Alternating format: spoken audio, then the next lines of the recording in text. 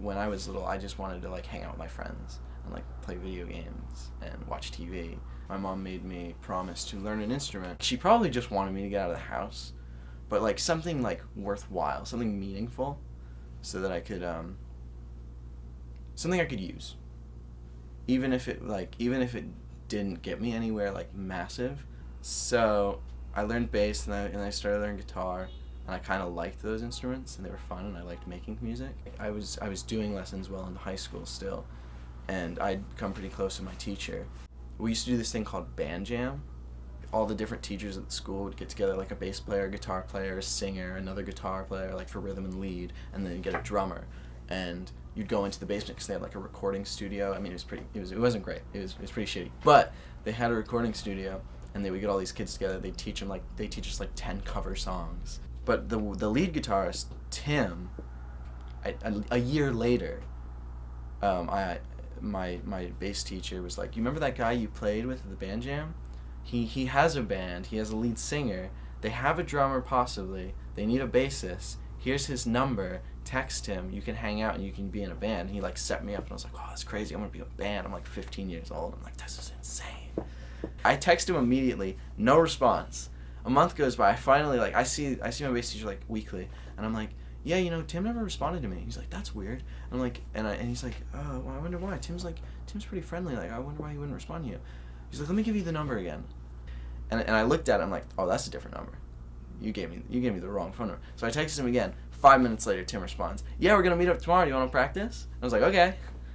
I was terrified because they were like older and they were from the town over, and I didn't know them at all. Like I vaguely knew Tim. There was another kid named Luke. I met with them on a Sunday. Immediate, very warm. Like it was like the most like these guys were just so friendly. Like I remember my mom pulled in to the driveway. My friend Luke, he lives out in the middle of nowhere, like in a swamp. And I just see this kid Tim. He's about 6'4", 270 pounds. He's adorable. He's got like this long mop, and he's like holding his guitar, and he comes out and he goes. And he's like waving at me, but I was like, "Hi," and I was terrified. And they immediately started talking to me like they had known me for years. I just like heard Luke talking to me through the halls. I hadn't even met him yet, and he's just like talking to me about music, like just like normally, like we already know each other. And we immediately like went out to the barn and we practiced for like 2 hours, and I was really scared, but it was perfectly fine. I thought I was gonna look like an idiot. It was one of the first times that like my bass teacher gave me 3 songs. He gave me 3 songs. That's it. They were really simple, and I had spent the entire week up to that point practicing them nonstop because I didn't want these kids to think I was an idiot. And I got there and I knew all the songs perfectly. Like, "All right, fine, that's great." And they're like, "All right, we're gonna play on Friday. By the way, we're gonna do a new song."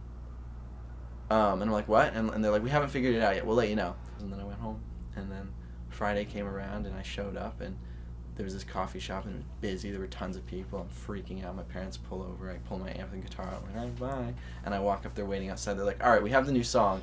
And I'm just like, "Okay," I'll just like follow along. And it was terrifying, but it was the first time I ever gotten on stage or performed anything or gotten in front of people and done anything. And I'm still shy, but I was really shy and like introverted and terrified.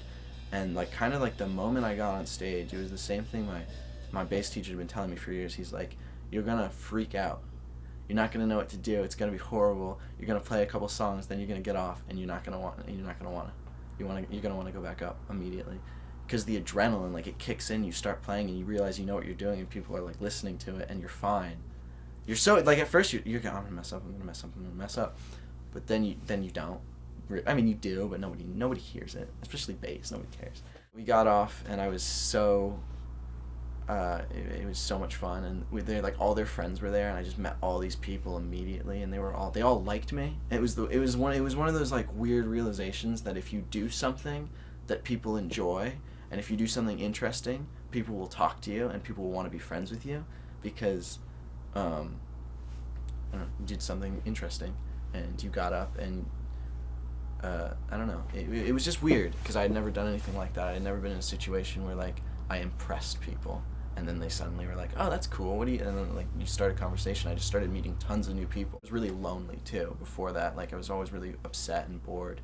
And especially since like by high school, my freshman year, like a lot of my friends just like went their own way. It gave me a whole new friend group. It was like I could not wait for Fridays or the weekend in general, because I knew on at least at either Saturday or Sunday I'd be practicing and hanging out with that group of friends, and on Friday it would be an even bigger group. We'd go play, and then we'd spend like 4 hours at this open mic from like 5 or 6 in the afternoon till 10 at night, at this like coffee shop, and it was really awesome. And I met like a lot of people, and I wouldn't say I was cool, but I'd actually, it was one of the first few times where I felt like a decent amount of people genuinely liked me, more than just like were acquaintances or tolerated me, which was a really weird experience, and it made me feel a lot more confident about myself. And I also got to meet girls, and like I'm a 15-year-old, and I'm like, oh, this is great. And like talking to girls all the time, because girls like people who play music sometimes, and I just kept doing it. There was no reason for me to stop, and I just like, because I think my whole life, whenever like the whole being stubborn, whenever I did something badly, I just got really mad at myself, and then I would stop doing it because I'd be like, there's no point. I used to get in a lot of trouble in sports when I was little, like when I'd play soccer, because I get into fights with like the coaches and the referees and the kids, because like I said, like I had to be the way what I wanted, or I'd like have to throw a fit. If someone yelled at me at theater, I'd get really mad and I wouldn't show up for a week. And I would stop going to classes, I'd stop going to school, I'd just like stay at home and say I was sick all the time. It was always like me getting really angry, and with music for the first time I wasn't like, no one was telling me I was doing poorly, and I didn't feel like I was like really shitty at it. So like I stuck to that, and that was kind of interesting for me, because I never really stuck to something for so long.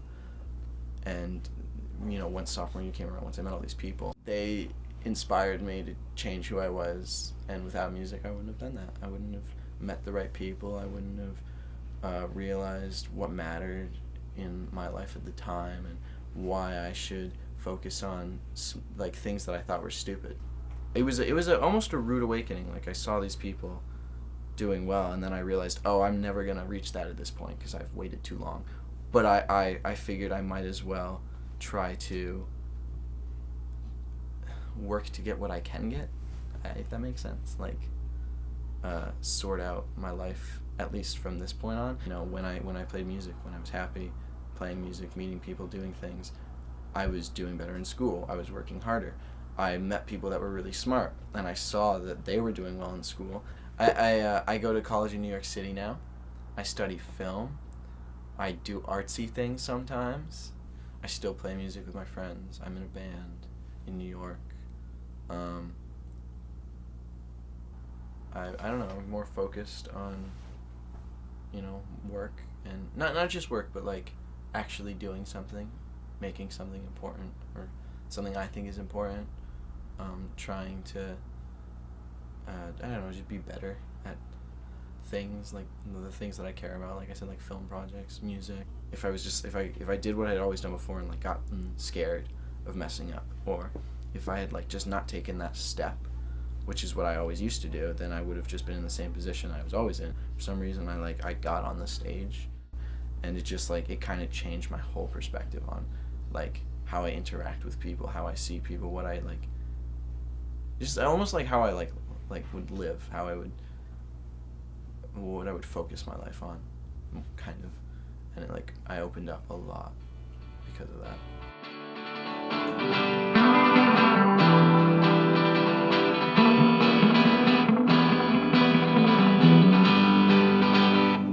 Sitting here on the couch,